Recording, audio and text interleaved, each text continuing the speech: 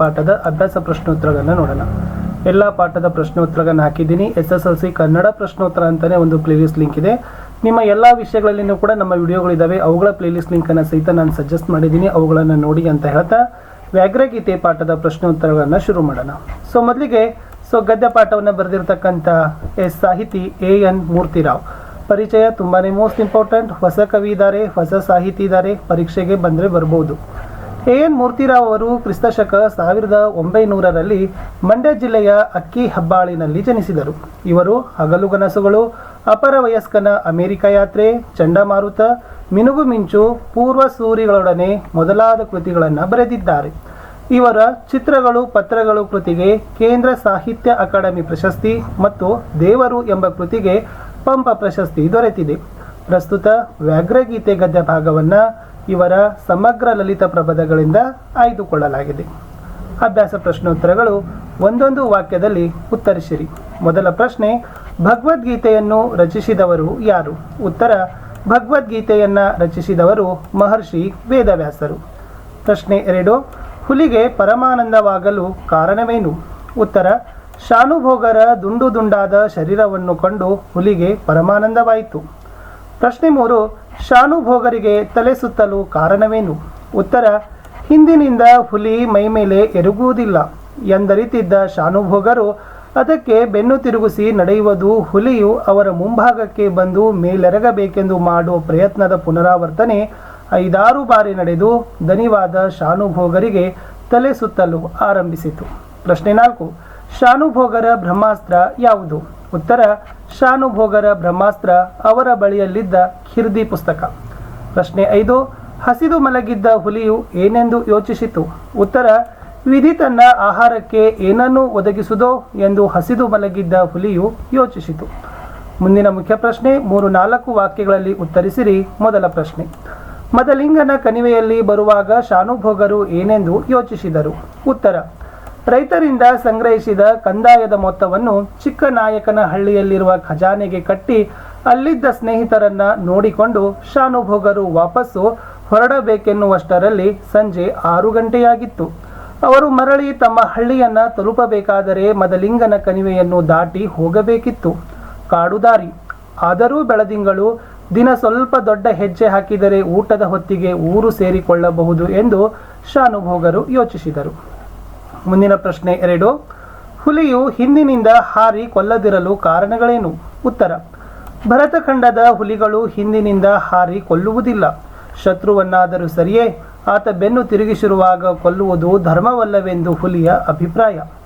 ಪ್ರಶ್ನೆ 3, ಶಾನುಭೋಗರು ಮೂರ್ಛೆಯಲ್ಲಿದ್ದಾಗ ನಡೆದ ಘಟನೆಗಳನ್ನು ವಿವರಿಸಿರಿ. ಉತ್ತರ, ಚಿಕ್ಕನಾಯಕನಹಳ್ಳಿಗೆ ತೆಂಗಿನಕಾಯಿ ತುಂಬಿಕೊಂಡು ಹೋಗಿದ್ದ ಕೆಲವು ರೈತರು ತಿಂಗಳ ಬೆಳಕಿನಲ್ಲಿ ಗಾಡಿ ಹೊಡೆದುಕೊಂಡು ತಮ್ಮ ಹಳ್ಳಿಗೆ ಹಿಂದಿರುಗುತ್ತಿದ್ದರು. ಶಾನುಭೋಗರು ಬಿದ್ದ ಸ್ಥಳಕ್ಕೆ ಸ್ವಲ್ಪ ದೂರ ಇದ್ದಾಗ ಎತ್ತುಗಳು ಮುಂದೆ ಹೋಗದೆ ಅಲ್ಲೇ ನಿಂತು ಬಿಟ್ಟವು. ಅಷ್ಟರಲ್ಲಿ ಹುಲಿಯ ಗರ್ಜನೆ ಕೇಳಿಸಿತು. ಎತ್ತುಗಳ ಗಂಟೆಯ ಧ್ವನಿ ಕೇಳಿ ಹುಲಿ ಕೆಲವು ನಿಮಿಷ ತಡೆಯಿತು. ಆದರೆ ರೈತರ ಮಾತು ಕೇಳಿ ಬಂದ ಮೇಲೆ ನಿರಾಶೆಯಿಂದಲೂ ಕೋಪದಿಂದಲೂ ಗರ್ಜಿಸಿ ಪಲಾಯನ ಮಾಡಿತು. ಗರ್ಜನೆ ನಿಂತು ಸ್ವಲ್ಪ ಹೊತ್ತು ಕಳೆದ ಮೇಲೆ ರೈತರು ತಮ್ಮ ಬಳಿಯಿದ್ದ ಕೋವಿಯಿಂದ ಗುಂಡು ಹಾರಿಸಿ ಕೈಲಾದಷ್ಟು ಗಲಭೆ ಮಾಡುತ್ತಾ ತೆಂಗಿನ ಗರಿಯ ಪಂಜು ಹೊತ್ತಿಸಿಕೊಂಡು ಮುಂದೆ ಬಂದು ನೋಡಿದಾಗ ಶಾನುಭೋಗರು ಮೂರ್ಛೆಯಲ್ಲಿ ಬಿದ್ದಿದ್ದರು. ರೈತರು ಅವರ ಮುಖದ ಮೇಲೆ ನೀರೆರಚಿ ಎಚ್ಚರಿಸಿದರು. 8-10 ವಾಕ್ಯಗಳಲ್ಲಿ ಉತ್ತರಗಳನ್ನು ಬರಿಬೇಕು. ಮೊದಲ ಪ್ರಶ್ನೆ, ಮೂರ್ತಿರಾಯರ ದೃಷ್ಟಿಯಲ್ಲಿ ಹುಲಿಯು ಬೇಟೆಯಾಡುವ ಬಗೆಯನ್ನು ವಿವರಿಸಿರಿ. ಉತ್ತರ, ಹುಲಿ ಪ್ರಾಣಿಗಳನ್ನು ಕೊಂದು ತಿನ್ನುವುದೇನೂ ಉಂಟು. ಆದರೆ ನಿಷ್ಪಕ್ಷಪಾತವಾದ ದೃಷ್ಟಿಯಲ್ಲಿ ನೋಡಿದರೆ ಅದರಲ್ಲಿ ತಪ್ಪೇನಿದೆ? ಶಾಕಾಹಾರವನ್ನು ತಿಂದು ಬದುಕಬೇಕಾದ ಮಾನವನೇ ಮಾಂಸವನ್ನು ತಿನ್ನಬಹುದಾದರೆ ಹುಲಿಯಲ್ಲಿ ಅದು ದೊಡ್ಡ ಅಪರಾಧವಲ್ಲ. ಆದರೆ ಕೊಲ್ಲುವಾಗ ಧರ್ಮಾಧರ್ಮಗಳನ್ನು ಅನುಸರಿಸುತ್ತವೆಯೋ ಇಲ್ಲವೋ? ಶ್ರೀರಾಮನಂತ ದೊರೆಗಳು ಆಳಿದ ಭಗವದ್ಗೀತೆಯಂಥ ಗ್ರಂಥ ಉದ್ಭವಿಸಿದ ಭರತ ಭೂಮಿಯಲ್ಲಿ ಹುಲಿಗಳು ಅಧರ್ಮಕ್ಕೆಡೆ ಮಾಡಿಕೊಡಲಾರವು. ಭರತಖಂಡದ ಹುಲಿಗಳು ಹಿಂದಿನಿಂದ ಹಾರಿ ಕೊಲ್ಲುವುದಿಲ್ಲ.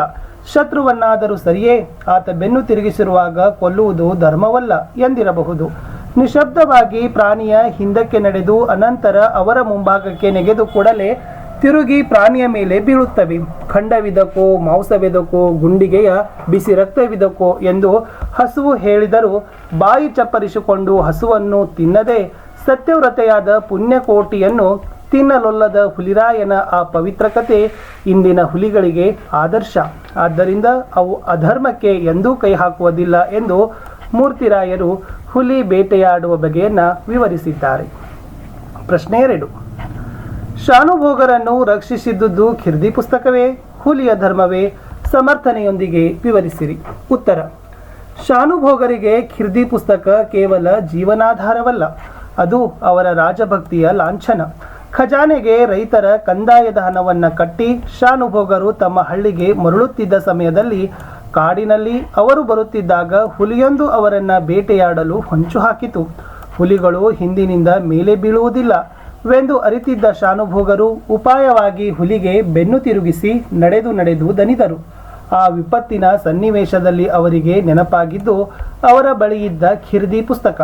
ಅದು ಸದ್ಯಕ್ಕೆ ಅವರ ಬಳಿಯಿದ್ದ ಬ್ರಹ್ಮಾಸ್ತ್ರ. ಅದರಿಂದ ಹುಲಿಯ ಮುಖಕ್ಕೆ ಬಡಿದಾಗ ಏನಾಯಿತೆಂದು ಅರಿಯಲು ಅದಕ್ಕೆ ಅರೆ ನಿಮಿಷ ಹಿಡಿಯಿತು. ಅದನ್ನೇ ಉಪಯೋಗಿಸಿಕೊಂಡು ಓಡಿದ ಅವರು ಕಲ್ಲು ಎಡವಿ ಬಿದ್ದು ಮೂರ್ಛೆ ಹೋದಾಗ ಅಷ್ಟರಲ್ಲಿ ಅಲ್ಲಿಗೆ ಬರುತ್ತಿದ್ದ ರೈತರಿಂದಾಗಿ ಹುಲಿಯಿಂದ ಬಚಾವಾದರು. ಅವರಿಗೆ ಆ ಅರೆ ನಿಮಿಷದ ಅವಕಾಶವನ್ನು ಒದಗಿಸಿಕೊಟ್ಟು ಪ್ರಾಣವನ್ನು ಕಾಪಾಡಿದ ಪುಸ್ತಕದ ಮೇಲೆ ಅವರಿಗೆ ಕೃತಜ್ಞತಾಭಾವ. ಖಿರ್ದಿ ಪುಸ್ತಕವೇ ತಮ್ಮ ಜೀವ ಉಳಿಸಿತು ಎಂಬುದು ಅವರ ನಂಬಿಕೆ. ಆದರೆ ನಿಜವಾಗಿ ನೋಡಿದರೆ ಶಾನುಭೋಗರು ಉಳಿದದ್ದು ಖಿರ್ದಿ ಪುಸ್ತಕದಿಂದಲ್ಲ, ಹುಲಿಯ ಧರ್ಮಶ್ರದ್ಧೆಯಿಂದ. ಭರತಖಂಡದ ಹುಲಿಗಳ ಧರ್ಮಶ್ರದ್ಧೆ, ಹಿಂದಿನಿಂದ ದಾಳಿ ಮಾಡಿ ಕೊಲ್ಲದಿರುವ ಅವರ ಉದಾರ ಗುಣವೇ ಶಾನುಭೋಗರು ಹುಲಿಯಿಂದ ಪಾರಾಗಲು ಕಾರಣವಾಗಿದೆ.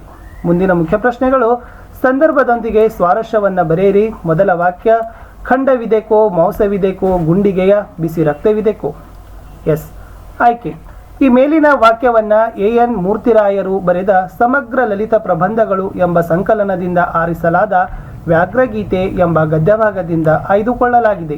ಸಂದರ್ಭ: ಶಾನುಭೋಗರನ್ನು ಬೇಟೆಯಾಡಬೇಕೆಂದು ಹುಲಿ ಅವರನ್ನು ಹಿಂಬಾಲಿಸಿತು. ಆದರೆ ಹುಲಿಯ ಧರ್ಮಶ್ರದ್ಧೆಯ ಪ್ರಕಾರ ಅದು ಹಿಂದಿನಿಂದ ದಾಳಿ ಮಾಡುವ ಹಾಗಿರಲಿಲ್ಲ. ಇದನ್ನೇ ಅರಿತಿದ್ದ ಶಾನುಭೋಗರು ಆದಷ್ಟು ಅದಕ್ಕೆ ಬೆನ್ನು ಹಾಕಿ ನಡೆಯುತ್ತಾ ಅದರ ದಾಳಿಯಿಂದ ತಪ್ಪಿಸಿಕೊಳ್ಳುತ್ತಿದ್ದರು. ಮೇಲೆ ಬಿದ್ದೇ ಬಿಡಲೆ ಎಂದು ಯೋಚಿಸಿದ ಹುಲಿಗೆ ತಾನು ಸದೋಂಶದಲ್ಲಿ ಜನಿಸಿದವನು ಎಂಬುದು ನೆನಪಾಯಿತು. ಖಂಡವಿದೆಕೋ, ಮಾಂಸವಿದೆಕೋ, ಗುಂಡಿಗೆಯ ಬಿಸಿ ರಕ್ತವಿದೆಕೋ ಎಂದು ಎದುರಿಗೆ ಬಂದು ಹಸು ಆಹ್ವಾನಿಸಿದರೂ ಸತ್ಯವ್ರತೆಯಾದ ಪುಣ್ಯಕೋಟಿಯನ್ನು ತಿನ್ನದೆ ತನ್ನ ಪ್ರಾಣವನ್ನೇ ತೊರೆದ ತನ್ನ ಅಜ್ಜನನ್ನು ಹುಲಿಯು ನೆನಪಿಸಿಕೊಂಡಿತು ಎಂದು ಲೇಖಕರು ವಿವರಿಸುವ ಸಂದರ್ಭದಲ್ಲಿ ಮೇಲಿನ ಮಾತು ಬಂದಿದೆ. ಸ್ವಾರಸ್ಯ: ಹುಲಿಯು ತನ್ನನ್ನು ತಿನ್ನುವುದೆಂಬ ಅರಿವಿದ್ದರೂ ಕೊಟ್ಟ ಮಾತಿನಂತೆ ಹುಲಿಗೆ ಆಹಾರವಾಗಲು ಬಂದ ಪುಣ್ಯಕೋಟಿ ಹಸುವಿನ ಪ್ರಾಮಾಣಿಕತೆ ಸತ್ಯ ಇಲ್ಲಿ ವ್ಯಕ್ತವಾಗಿದೆ. ಎರಡನೆಯ ವಾಕ್ಯ: ಎಸ್. ಸ್ವಧರ್ಮೇ ನಿಧನಂ ಶ್ರೇಯಂ. ನೋಡಿ, ಈ ಮೇಲಿನ ವಾಕ್ಯವನ್ನು ಎನ್ ಮೂರ್ತಿರಾಯರು ಬರೆದ ಸಮಗ್ರ ಲಲಿತ ಪ್ರಬಂಧಗಳು ಎಂಬ ಸಂಕಲನದಿಂದ ಆರಿಸಲಾದ ವ್ಯಾಘ್ರಗೀತೆ ಎಂಬ ಗದ್ಯಭಾಗದಿಂದ ಆಯ್ದುಕೊಳ್ಳಲಾಗಿದೆ. ಸಂದರ್ಭ: ಶಾನುಭೋಗರ ಮೇಲೆ ಹಿಂದಿನಿಂದ ಮೇಲೆ ಬಿದ್ದಾದರೂ ಅವರನ್ನು ಕೊಲ್ಲಬೇಕೆಂದು ಹುಲಿಯು ಒಂದು ಕ್ಷಣ ಆಲೋಚಿಸಿತು.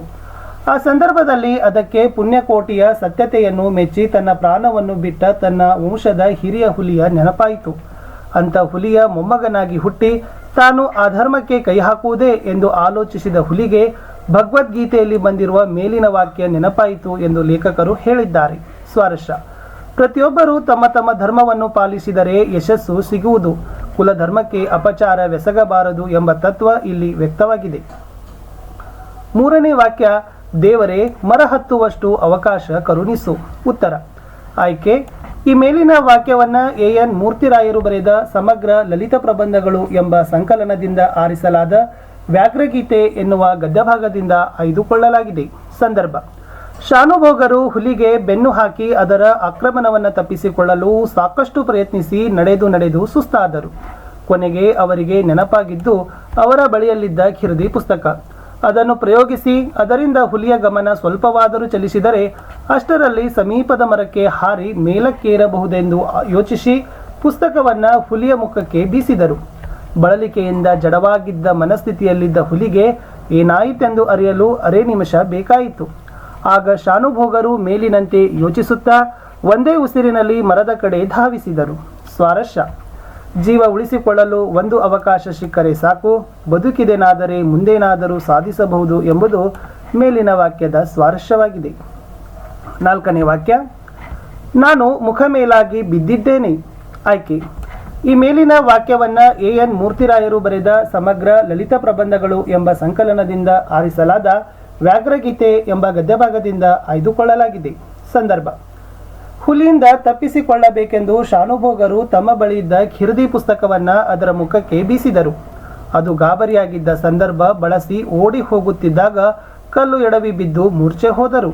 ಅಷ್ಟರಲ್ಲಿ ಅಲ್ಲಿಗೆ ರೈತರು ಬಂದಿದ್ದರಿಂದ ಹುಲಿ ಅಲ್ಲಿಂದ ಪಲಾಯನ ಮಾಡಿತು. ಆದರೂ ಶಾನುಭೋಗರ ಮನಸ್ಸಿನಲ್ಲಿ ಸಂಶಯವೊಂದು ಕಾಡುತ್ತಿತ್ತು. ನಿಸ್ಸಹಾಯಕರಾಗಿ ಪ್ರಜ್ಞೆ ಇಲ್ಲದೇ ಬಿದ್ದಾಗಲೂ ಹುಲಿ ಇವರನ್ನು ಏಕೆ ಎಳೆದೊಯ್ಯಲಿಲ್ಲ ಎಂದು ಯೋಚಿಸಿದ ಅವರು ಗಾಡಿಯವರನ್ನು ಮೇಲಿನಂತೆ ಕೇಳಿದರು. ಆದರೆ ಶಾನುಭೋಗರು ಬೆನ್ನು ಮೇಲಾಗಿ ಬಿದ್ದುದರಿಂದ, ಹುಲಿಯು ತನ್ನ ಕುಲಧರ್ಮ ಪಾಲಿಸಿದ್ದರಿಂದ ಶಾನುಭೋಗರು ಹುಲಿಯಿಂದ ಪಾರಾಗಿದ್ದರು.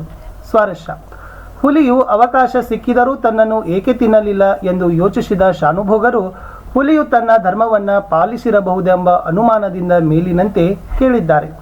5ನೇ ವಾಕ್ಯ, ಹುಲಿ ಈಗ ಎಷ್ಟು ಹಸಿದಿರಬೇಕು? ಆಯ್ಕೆ.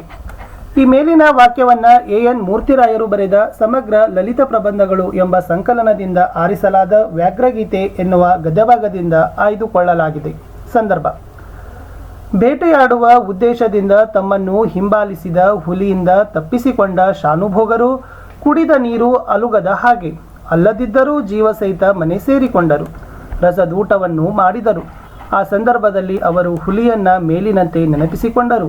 ಸ್ವಾರಸ್ಯ: ಶಾನುಭೋಗರನ್ನು ತಿನ್ನಲು ಹುಲಿ ನಡೆಸಿದ ಹರಸಾಹಸ ವ್ಯರ್ಥವಾಗಿ ಕೊನೆಗೂ ಶಾನುಭೋಗರು ಮನೆ ಸೇರಿಕೊಂಡರು. ಅವರು ಊಟ ಮಾಡುವಾಗ ಸಹಜವಾಗಿ ತನ್ನಂತೆಯೇ ಹಸಿದ ಇನ್ನೊಂದು ಜೀವ ನೆನಪಾದುದು ಅವರೊಳಗೆ ಇದ್ದ ಮಾನವೀಯತೆಯ ಜೊತೆ ತಾನು ಹುಲಿಯಿಂದ ಬಚಾವಾಗಿ ಬಂದುದರ ಬಗ್ಗೆ ಅವರಿಗಿದ್ದ ಅಭಿಮಾನವನ್ನು ಸೂಚಿಸುವುದು. ಬಿಟ್ಟ ಸ್ಥಳಗಳನ್ನು ತುಂಬಬೇಕಿತ್ತು. ಮಂತ್ರಿತ್ವ ಹೋಗಿ ಕೇವಲ ಡ್ಯಾಶ್ ಮಾತ್ರ ಉಳಿದಿತ್ತು. ಉತ್ತರ ಶಾನುಭೋಗಿಕೆ. ಖಿರ್ದಿ ಪುಸ್ತಕ ಡ್ಯಾಶ್ ಬ್ರಹ್ಮಾಸ್ತ್ರ. ಉತ್ತರ ಶಾನುಭೋಗರ. ಪ್ರಶ್ನೆ 3, ನೆಲದಿಂದ ಮೇಲೆದ್ದುಕೊಂಡಿದ್ದ ಡ್ಯಾಶ್ ಎಡವಿ ಶಾನುಭೋಗರು ಬಿದ್ದರು. ಉತ್ತರ ಕಲ್ಲನ್ನು. ರೈತರು ತಿಂಗಳ ಬೆಳಕಿನಲ್ಲಿ ಡ್ಯಾಶ್ ಹೊಡೆಯುತ್ತಿದ್ದರು. ಉತ್ತರ ಗಾಡಿ. ಶಾನುಭೋಗರು ಉಳಿದಿದ್ದು ಡ್ಯಾಶ್ ಪುಸ್ತಕದಿಂದಲ್ಲ. ಉತ್ತರ ಖಿರ್ದಿ. ಭಾಷಾ ಚಟುವಟಿಕೆ. ಎಸ್. ತದ್ದಿತಾಂತಗಳೆಂದರೇನು? ತದ್ದಿತಾಂತ ಭಾವನಾಮಗಳೆಂದರೇನು? ಉದಾಹರಣೆ ಕೊಡಿ. ನೋಡಿ, ನಾಮಪದಗಳ ಮೇಲೆ ಬೇರೆ ಬೇರೆ ಅರ್ಥಗಳಲ್ಲಿ ಗಾರ, ಕಾರ, ಇಗ, ಅಡಿಗ, ವಂತ, ಇಕ ಈ ತದ್ದಿತ ಪ್ರತ್ಯಯಗಳು ಸೇರಿ ತದ್ದಿತಾಂತಗಳು ಆಗ್ತವೆ. ಆದರೆ ಷಷ್ಠಿ ವಿಭಕ್ತ್ಯಂತ ನಾಮಪದಗಳ ಮುಂದೆ ಭಾವಾರ್ಥದಲ್ಲಿ ತನ, ಇಕೆ, ಪೂ, ಮೇ ಇತ್ಯಾದಿ ತದ್ದಿತ ಪ್ರತ್ಯಯಗಳು ಸೇರಿ ತದ್ದಿತಾಂತ ಭಾವನಾಮಗಳು ಆಗ್ತವೆ. ಉದಾಹರಣೆ: ಜಾನನ ಭಾವ ಜಾನತನ, ಚಲುವಿನ ಭಾವ ಚಲುವಿಕೆ, ಕರಿದರ ಭಾವ ಕಪ್ಪು. ಜಾನತನ, ಚಲುವಿಕೆ, ಕಪ್ಪು ಇವೆಲ್ಲ ತದ್ದಿತಾಂತ ಭಾವನಾಮಗಳಿಗೆ ಉದಾಹರಣೆ ಆಗ್ತದೆ. ಇಷ್ಟಿತ್ತು SSLC ಕನ್ನಡದ ಪ್ರಥಮ ಭಾಷೆ ಕನ್ನಡದಲ್ಲಿರ್ತಕ್ಕಂಥ 2ನೆಯ ಪಾಠ ವ್ಯಾಘ್ರಗೀತೆ ಪಾಠದ ಪ್ರಶ್ನೋತ್ತರಗಳು. ಎಲ್ಲ ಪಾಠದ ಕ್ವಶನ್ ಆನ್ಸರ್